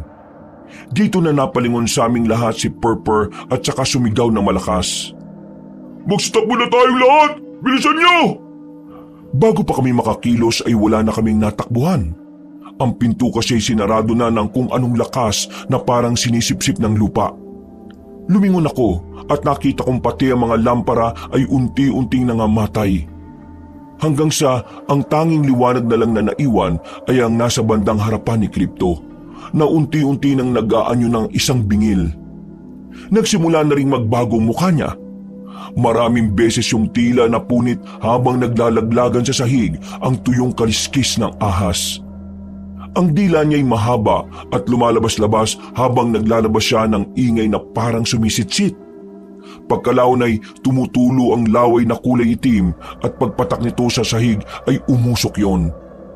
Pagngiti niya ay nakita ko na naman na parang napunit ang bibig niya na umabot sa magkabilang ilalim ng tenga. Naalala ko tuloy bigla kung paano niya lamunin ang buo si Mang Vincent. Ngayong nakita niyo na ang tunay na anyo ng isang sinumpang bingil, wala na talagang dahilan para mabuhay pa kayong lahat. Lumapit siya sa amin at sa bawat takbang ay may tunog ng kalansing ng kaliskis. Lumapit siya kay Lucy saka itinaasang kami niyang may mahahabang kuko. Tumama yun sa mesa at ang kahoy ay nabuwal. Mabuti na lang ay nakaiwas siya. Kaya nagsisisigaw ang babaeng yon sa takot. Hindi ko alam kung saan ko kinuha ang lakas, Kabanong, pero hinila ko si Lucy palayo. Lucy, takbo na! Bilis! Alam ko! Don't mando me! I know what I'm doing, girl! Hindi ko na pinansin ang kaartihan niya. Paglingon ko sa kabila, nakita ko sina Diaz at Buena ay bumagsak na. Wala nang malay si Buena habang si Diaz ay pilit na pinipigilan ng dugo sa leeg. Lumundag papunta roon ang aswang na bingil, kaya napatrasan ng tuluyan si Diaz palayo sa kanyang pinsan. Wala na kaming nagawa kundi tingnan kung paanong lapain ng halimaw ang kaawa-awang lalaki. Dito ko muling nakita na bumuka ng maluwag ang bibig ni Crypto. Para talaga siyang sawa na nilamon ng unti-unti ang nakahandusay na katawan. At habang nangyayari yun, ay naririnig namin ang paglagutok ng buto ni Buena na dinudurog mula sa loob. Sinamantala namin ang pagkakataon. Hindi napagod si Purper sa pagbuwal ng pinto hanggang sa masira yun. Dali, bilisan niyo na! Dito ang daan! Oh my God! Paunahin mo ako, Laika! Alis dyan! Napailing na lang ako pagkatapos ay saka ko binalingan si Diaz na tumatakbo na rin. Hanggang sa mauna rin siya sa akin palabas. Nang malapit na ako, hindi ko inakalang susunod na mangyayari. Iniwan pala muna ni Crypto ang kinakain niya at tumalon papunta sa akin. Napahiga ko sa sahig, Kabanong, at naramdaman ko ang bigat niya sa ibabaw ko. Mainit ang hininga niyang amoy dugo at bulok na karne. At ang mga mata niya ay halos dumikit na sa mukha ko. Hindi naman ako nagawang matulungan ng mga kasama ko dahil alam kong natatakot din sila ng gusto. Naririnig ko pa nga si Lucy na sumisigaw na iwanan na ako. Naririnig ko ang tibok ng puso mo, ate. Napakabilis. Pwede tayo magkasundo. Gagawin kitang katulad ko at magpaparami tayo ng lahi. Hindi ako magiging aswang! Hindi ako mamamatay dito! Eto ang sayo! Hinawakan ko ang isang piraso ng basag na lampara sa tabi ko at sa depresyon ay sinaksak ko siya sa dibdib. Dahil dito ay napaitad siya at sumigaw ng malakas. Isang ungol na parang mula sa kailaliman ng lupa. Nagsimulang mangitim ang sahig sa paligid niya dahil sa itim na dugong tumatagas mula sa kanya. Tinulak ko siya ng buong puwersa saka tumakbo palayo hanggang sa makalabas doon. Tumayo siya habang napapahawak sa dibdib na dumudugo ng itim. Galit na galit at halatang nagngingit-ngit. Matalim siyang tumitig sa amin na takot naman sa kanya. Akala mo ba nakaisa ka na sa akin? Hindi kayo makakatakas. Maghintay lang kayo dahil hindi kayo makakalis sa lugar na ito. Lalo ka na, ate. Kahit matakasan mo ko, hindi mo matatakasan ang dugo ko. Doon ko naramdaman ng kakaiba. Parang may malamig na enerhiyang gumagapang sa ugat ko. Mula sa kamay niya papasok sa dibdib ko. Para akong tinutusok ng libu-libong karayom kaya napasigaw ako, Kabanong. Anong ginagawa mo sa akin? Wala pa! Hintayin mo lang dahil ikaw ang napili ko. Hindi mo yan malalampasan. At saka siya biglang tumawa na parang demonyo. Hindi ko na rin nagawang makapagtanong pa dahil hinatak na ako ni Purper at tumakbo kami palayo sa lugar na yun. Sa likuran namin ay naririnig ko pa rin ang ungol ni Crypto. Nagbago-bago yun sa halos hindi ko na kayang ilarawan. Hindi ko alam kung saan kami tatakbo. Pero isa lang ang malinaw sa isip ko. Siguradong may kung anong ginawa sa akin ang halimaw na yon. Hindi ko alam kung paano pero para siyang merong isinali na kung ano. Sa lalim ng iniisip ko, hindi ko na rin namalayan kung saan na kami napunta. Mahaba-haba pa naman ang lalakarin bago namin marating ang tulay na siyang nag-iisang daan papasok at palabas sa lugar na yon. Huminto lang kami nang makita si Lucy na nahuhuli. Napasandal ako sa isang puno habang hinihintay sila. Lucy! Bilisan mo na! Bakit ka ba huminto? I'm so freaking tired. Hindi ko na kaya. Buhatin mo na lang ako, Purper. Ako rin naman napapagod eh. Pasensya na, pero hindi kita kayang buhatin. Magpapahinga lang ako saglit, please naman. Huwag niyo akong iiwan. Hindi ko na talaga kaya eh. Mahihimatay na ako kapag tumakbo pa ako ng tumakbo. Natigil sila sa pag-uusap na makarinig kami ng nakakakilabot na alulong mula sa hindi kalayuan. Sigurado kaming hindi yun ordinaryong hayop at malamang sa malamang ay si Crypto yun. Nagpaikot-ikot kami ng tingin sa palibot habang inihintay si Lucy. Hanggang sa marinig din namin ang boses ni Tardes. Sigaw siya ng sigaw sa takot kaya nakita namin ni Diaz ang kinaroroonan niya. Si Tardes yun! Nandun siya! Papunta sa kabilang building! Doon sa opisina ng mga madre! Hayaan niyo na siya! Iniwan niya rin naman tayo kanina eh! Huwag ka magsalita ng ganyan, Lucy! Manahimik ka nga, Laika! Magpapabida-bida ka na naman dyan! Sundan mo siya kung gusto mo! Huwag na kayong magtalo. Halina kayo at bubuhatin kita, Lucy. Susundan natin si Tardes. Mas mainam na magkakasama tayo. Magkakasunod na kaming apat na nagtungo sa nasabing gusali ng mga madre. Nang malapit na ay nakita nga namin si Tardes. Isasara na sana niya ang pinto kaso nilundagan na kagad siya ni Diaz. Pinagsusuntok siya ni Diaz dahil sa inis ng pang-iwan sa amin kanina. Pagkalapag naman ni Purper kay Lucy ay umawat siya sa dalawa. Ako naman ay ikinandado kagad ang pinto sa tumulong din sa pag-awat. Magsitigil na kayo! Nandun sa labas ang kaaway nating lahat at wala rito! Tama na, Diaz! Tardes! Doon lang nga natigilan ng dalawa sa pagsusuntukan na parabang natauhan. Narinig ko si Purper na napabuntong hininga ng malalim sapagkat hindi na siya mag-aaksaya ng lakas sa pag-awat. Pareho pa namang malaki ang katawan ng dalawa. Tama si Laika. Hindi tayo dapat na mag-away-away dahil nasa labas ang totoong kalaban. Gusto ko nang umuwi. I wanna go home. I don't wanna die here. Paano tayo makakauwi? Nandun sa labas yung alimaw. Kapag lumabas tayo ron, siguradong iisa-isahin niya tayo. Mas okay siguro kung magpaabot na lang tayo ng umaga rito. Aabutin pa ba tayo ng umaga rito? Siguradong hindi tayo titigilan ng halimaw na yon. We're all gonna die here. Hindi naman siguro. Basta magsama-sama lang tayo at magtago hanggang mag-umaga. Fault mo to, Laika. Di ba sinabi mo kanina pinakawalan mo yung aswang na yon? Hindi ko naman sinasadya. Kung di mo yan ginawa, kung di ka nagbida-bida ng kawang gawa, hindi mangyayari to. Huwag ka naman magalit sa akin. Sa palagay mo ba kung alam ko na aswang yun si Crypto, pakakawalan ko siya ha? Masyado ka kasing pa-center of attraction. Teka lang bakit parang G na G ka sa akin ha? Ilang araw pa lang tayo magkakilala, Lucy. Pero parang feeling kilalang-kilala mo na ako Sabihin mo nga yung totoo. May galit ka ba sa akin kahit hindi naman kita inaano? Oo! I really, really, really, really, really hate you!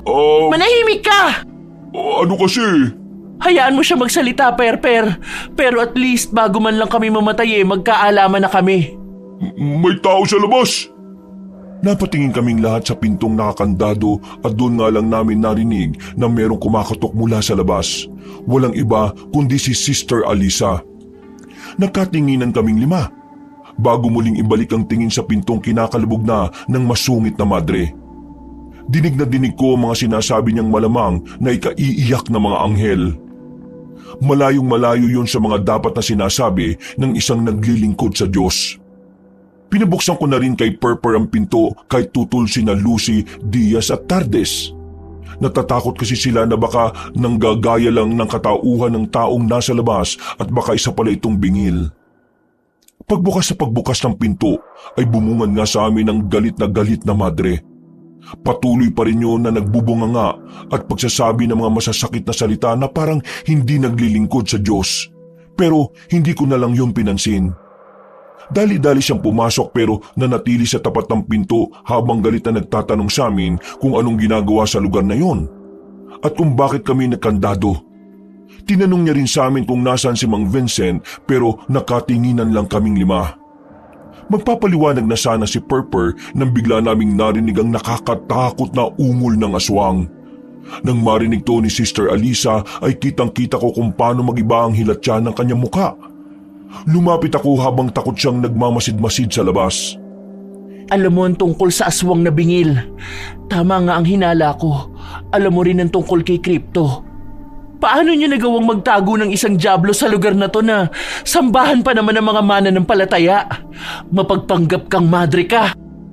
Hindi nagawa pa ni Sister Alisa na magpaliwanag. Bigla na lang kasing padungaw na sumulpot ang ulo ni Crypto sa bungad ng nilulumang gusali. Ngumiti yun sa amin dahilan para mapasigaw na naman si Lucy sa takot.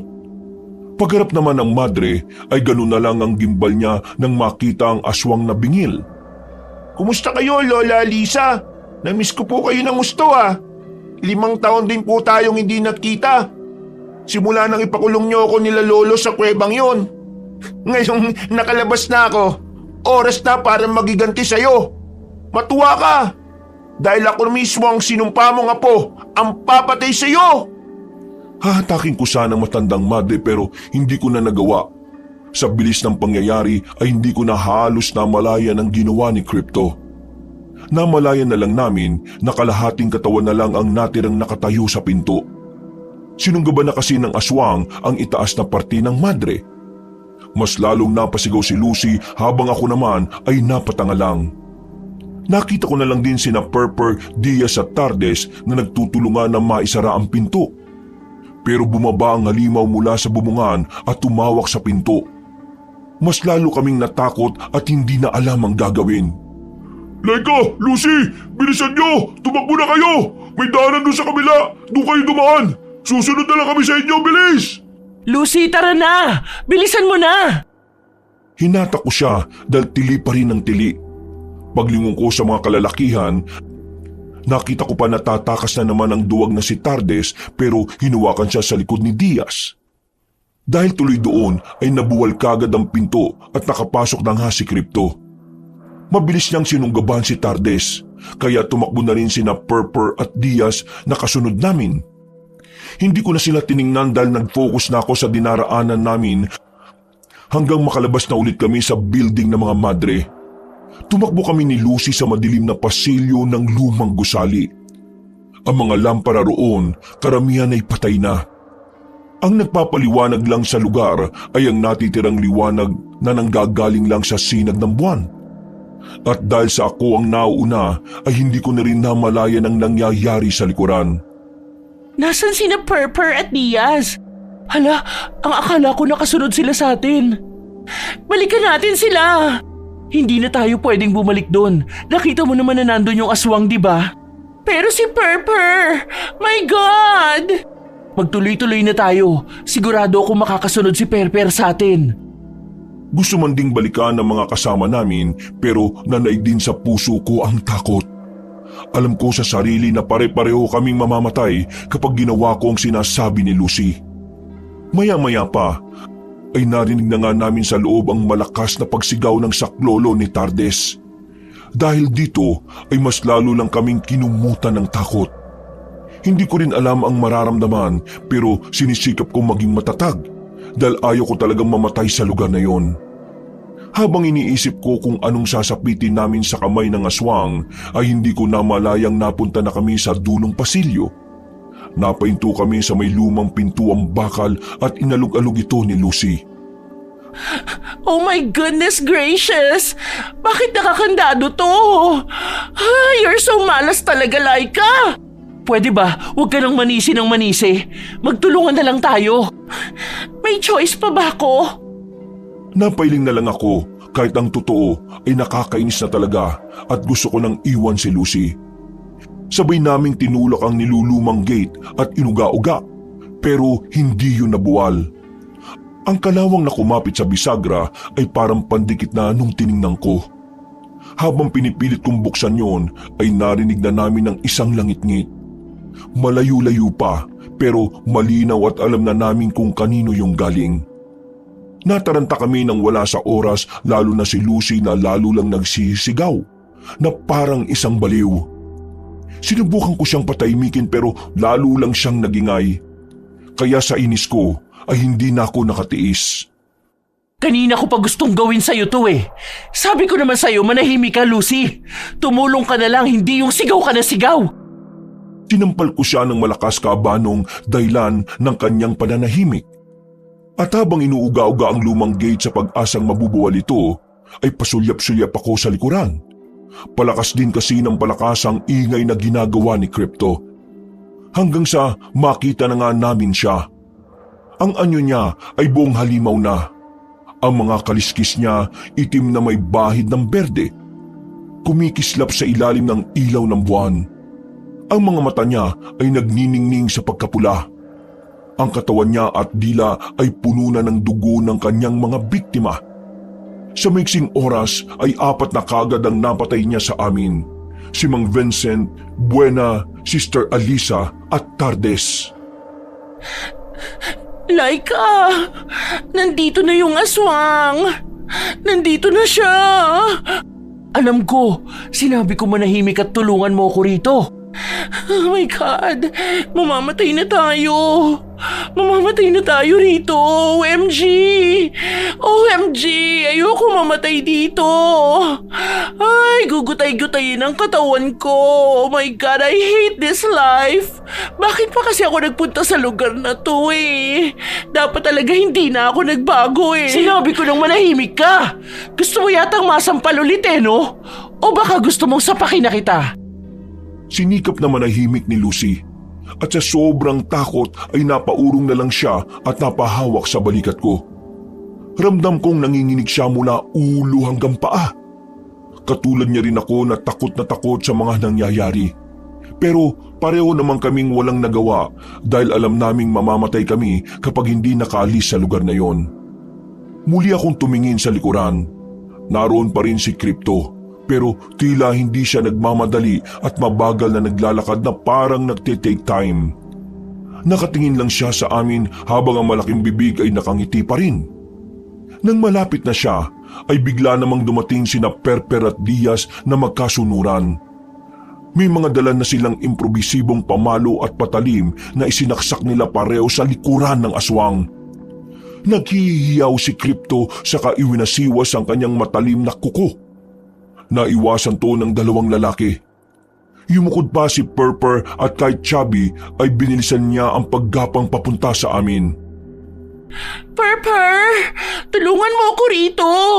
Please help me! I don't wanna die here! Nandiyan ako! Sumunod kayo sa akin, bilisan niyo! Tumakbo nga kagad kami papunta kay Perper.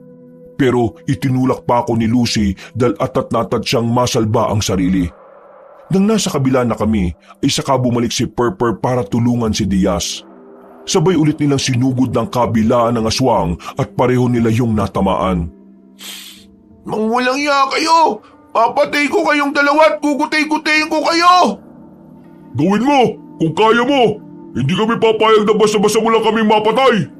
Sige, lumaban kayo hanggang gusto nyo, pero sa akin pa rin naman ang huling alakap! Etong sayo! Masibang aswang! Mas masiba ka pa sa akin eh! Kainin mo tong kinakalawang na bakal! Pagbato ni Perper ng buong puwersa ay kitang-kita ko na tumama yon sa hita niya. Napaluhod ang aswang habang galit na napapahiyaw. Sinamantala namin ang pagkakataong yun pero hindi rin kami basta pinalampas ng kalaban. Nagulat na lang kami nang tila merong makapal na buntot ng sawa na muwasiwa sa ere. Dinig na dinig ko ang ugong nito, kaya sinigawan ko ang mga kasama ko habang patakas kami. Napayuko kami sa gilid at sa mismong sandaling yun ay humampas sa dingding ang masawang buntot ni Crypto. Hindi pa doon natapos. Iwinasiwas niya ang matutulis na kuko. Hanggang sa tumama yun sa bakal at nagliyab ng kumiskis. Ang dingding ay parang pumutok sa lakas ng impact. Kung hindi kami umiwas ay baka nagkapira-pirasyo na ang mga katawan namin. Nasira ang kandado at bumukas ang nalulumang gate kaya tumakbo kami palapit doon. Hinila ko si Lucy at sabay kaming pumasok. Sumunod sa amin sina Purper at Diaz. Iniwan namin nagliliyab ang lugar na yon at dahil sa luma na ang gusali, madaling kumalat ang sunog. Dumagdag pa ang may kalakasang hangin na tila siyang tumulong sa mabilis na paglakas ng apoy. Hindi! Hindi niyo ako matatakasan! Humanda kayong lahat sa akin! Humanda kayong lahat! Bago mo kami atupagin, takasan mo muna yung apoy, aswang! Umanda kayo sa akin! Kapag nahuli kita, uunahin kita tabatsoy ka! At sinisiguro kong mahirapan ka na ng gusto bago ka mamatay! Kahit magmakaawa ka sa akin, hindi kita basta-basta papatayin! Pahihirapan kita bago ko lagutan ang hininga mo! Nagbagsakan na ang mga nasusunog na parte ng gusali kaya hindi na natapos ng aswang ang sinasabi nito sa amin. Pinayuhan na kami ni Diaz na umalis na sa lugar na yon. Eksakto rin kasing narinig namin ang pagdagungdong ng langit. Napatingala kami. Saka ko lang napansin na nawala na ang kaninang nagniningning na buwan at mga bituin. Tama ang sinabi ni Diaz, umalis na tayo rito dahil mukhang uulan pa. Kailangan na natin magmadali dahil malayo-layo pang lalakarin natin bago ang tulay eh. Bakit kailangan pa natin magmadali? Patay naman na yung aswang Hindi tayo sigurado, mas mabuti na rin makalayo rito. Tama, umalis na tayo rito para makahingi ng tulong sa mga kinauukulan. Alalahanin yung pagkalampas ng tulay, malayo-layo pa ang mga kabahayan. May nakilala akong tao na siguradong makakatulong sa atin. Minsan na niya akong pinaalalahanan nung papunta ko rito. Kung alam ko lang talaga na ganito ang mangyayari, dapat nakinig na ako sa kanya. Absolutely! Kung di ka dumating dito, malamang pare-pareho kami nagpapatuloy sa pagbabagong buhay. Change career na sana kami, hindi yung lalo lang na trauma. Shut up, Lucy! You don't tell me when to shut up, Akala mo nakalimutan ko na yung ginawa mo sa akin kanina? Kapag nakaalis tayo rito, humanda ka talaga sa akin. Patawarin na ako ni Lord pero mananagot ka, I promise! Hindi ka nga sigurado kung sisikatan ka pa ng araw. What did you just say? Guys, Purper, Diaz, narinig niyo ang sinabi ng babaeng to, You're really getting into my nerve, girl. Tama ka na, te. Kanina paiyak-iyak ka pa't pahingi-hingi ng tulong habang sumisigaw. Inuubos mo talaga ang pasensya ko. Tama na mga girls, aalis na tayo. Nauna nang naglakad si Diaz kanina pa siya nakaalis. Dahil sa sinabi ni Purper, ay natigil na kami ni Lucy sa pagtatalo.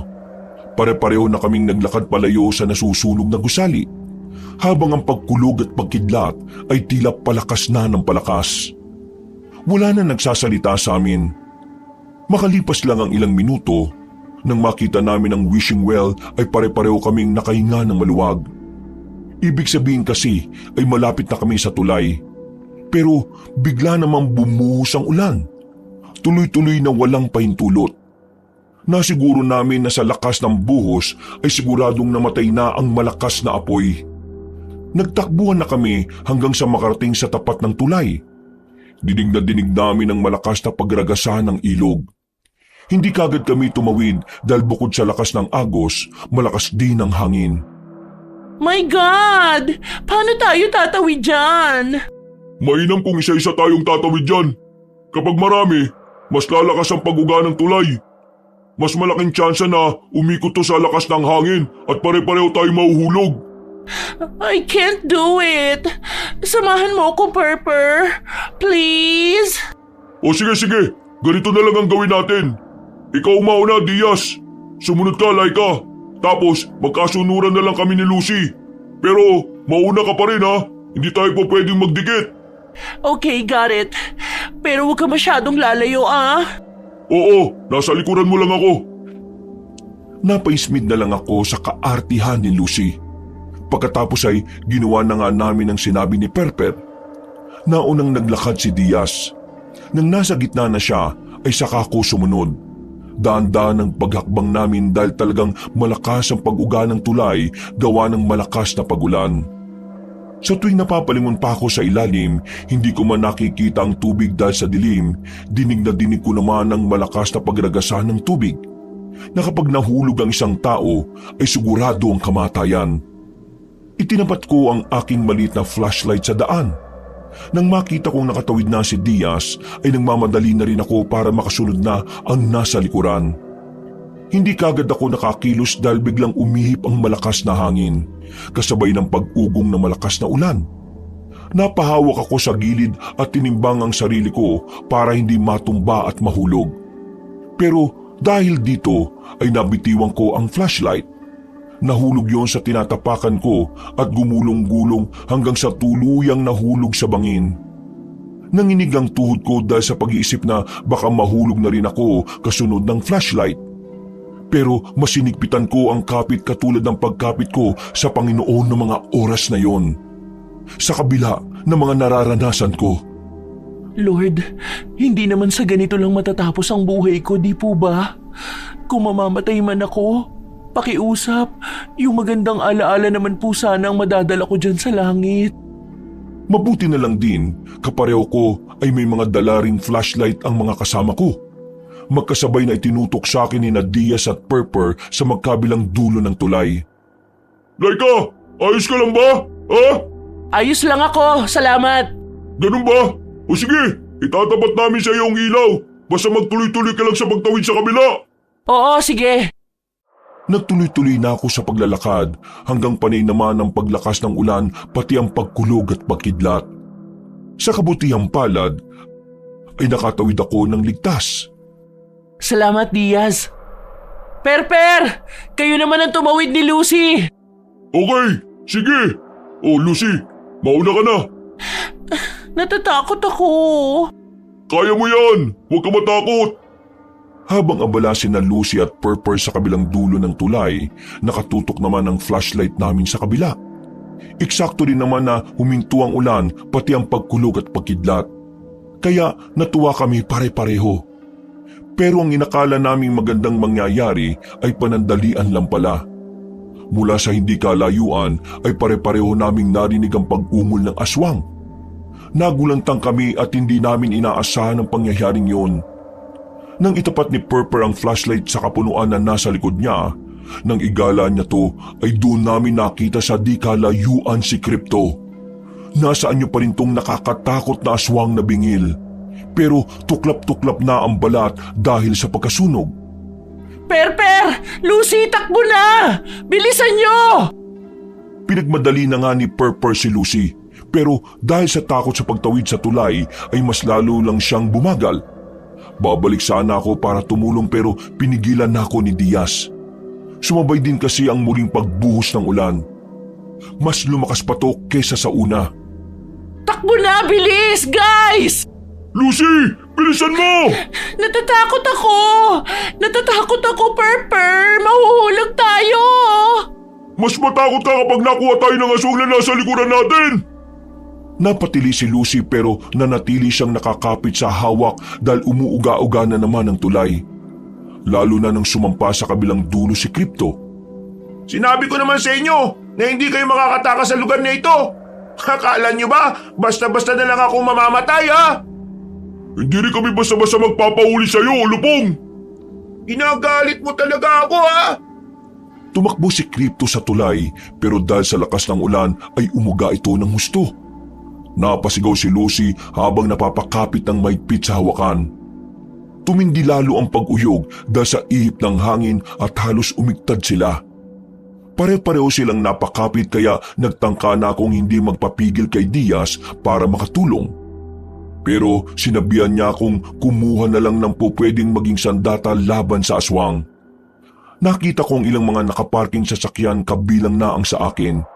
Sumilip ako sa mga ito at nang may nakita kong pwede magamit ay kinuha ko yun. Binasag ko na lang ang salamin at saka inabot ang mahabang tubo at screwdriver. Nagmadali akong bumalik at inabot ko ang mga to kay Diaz. Dalawa lang ang kinuha niya at ibinigay sa akin ang flashlight. Sinabi niya sa akin na gumawa ako ng paraan para putulin ang tali. Pero dahil sa taranta ko ay sumunod na lang din ako.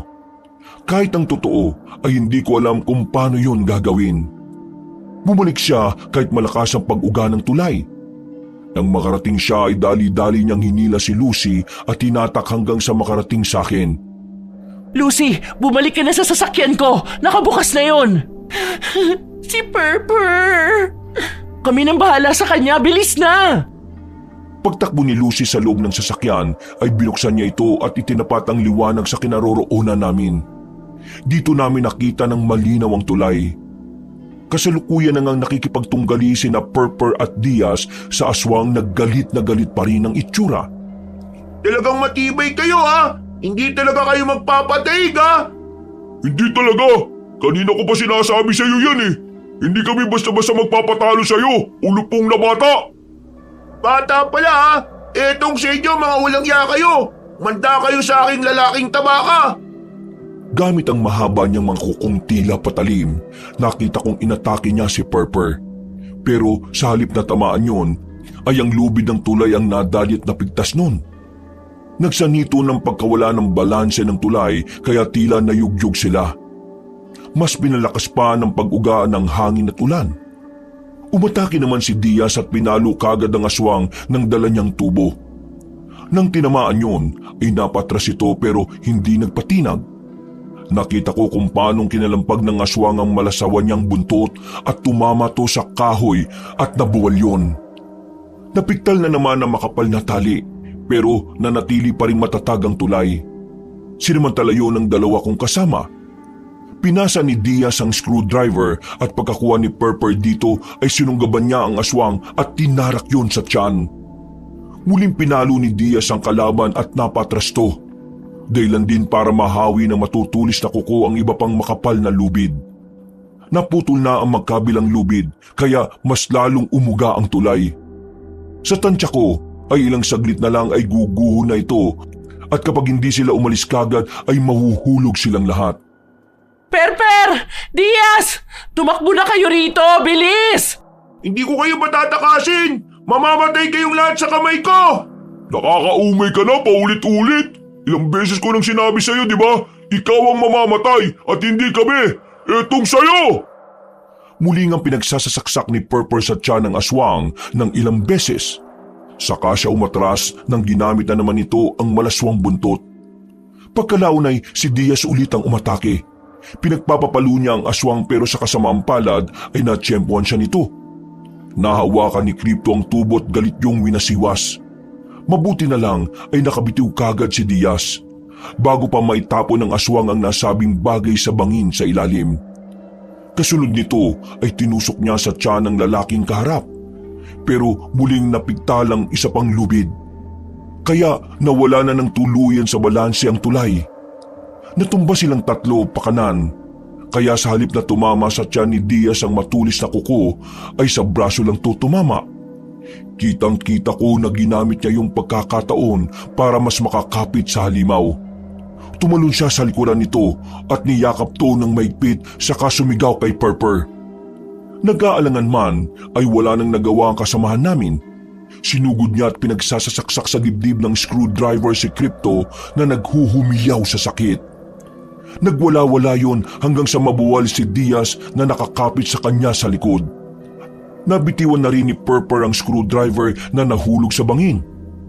Habang pinagmamasdan ko sila ay napapakuyom na lang ako dahil alam kong wala rin akong may tutulong. Nang marinig kong lumagitik na ang lubid na malapit banda sa akin ay nag-alala na ako ng husto. Per! Diaz! Mapuputol na yung tulay! Tumakbo na kayo! Bilis! Diaz! Abutin mo ang kamay ko, bilis! Bilisan nyo! Lumalagitik na yung mga lubid dito! Alam kong naramdaman din nila yon.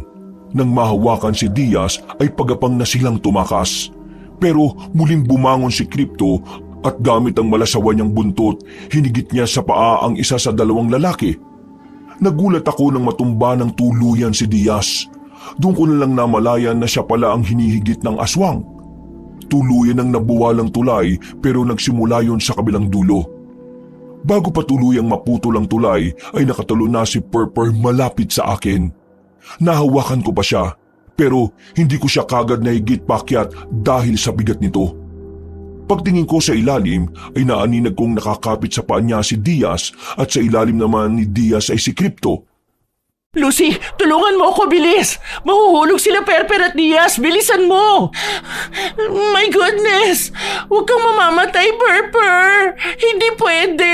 Oh my goodness! Sinikap namin silang atakin pero dahil sa bigat ng mga lalaki ay hindi talaga namin kinaya. Pero maya-maya lang ay nagulat ako dahil bigla silang gumaan. At sa isang iglap ay napatras kami ni Lucy at natumba sa putikan. Pagdilat ng mga mata ko ay nakita kong nakahandusay na si Purper na dahan-dahang tumatayo. Nasaan si Diaz? Bumitaw siya! Nakakainis! Sinabi ko naman sa kanya na huwag siyang bibitaw sa akin eh! Niligtas tayo ni Diaz. Oo, nagsakripisyo siya para mahulog kasama nung halimaw na yun. Wala na rin si Diaz. Patay na rin siya. Pero patay na rin ang aswang na bingil. Napayak ako nang marinig ko yun, Kabanong. Hanggang sa maramdaman ko na lang ang pagyapos ni Purper sa akin. Kahit papaano ay nakaramdaman ko ng kaginawaan at pansamantalang init ng katawan. Sa gitna ng malamig na gabing umuulan. Maya-maya pa ay sumakay kagad kami sa kotse ko. Pinaandar ko kagad ang sasakyan para makalayo na kami sa lugar na yun. Unti-unti na rin tumigil ang ulan kaya hindi na kami nahirapan sa pagtahak ng madilim na daan.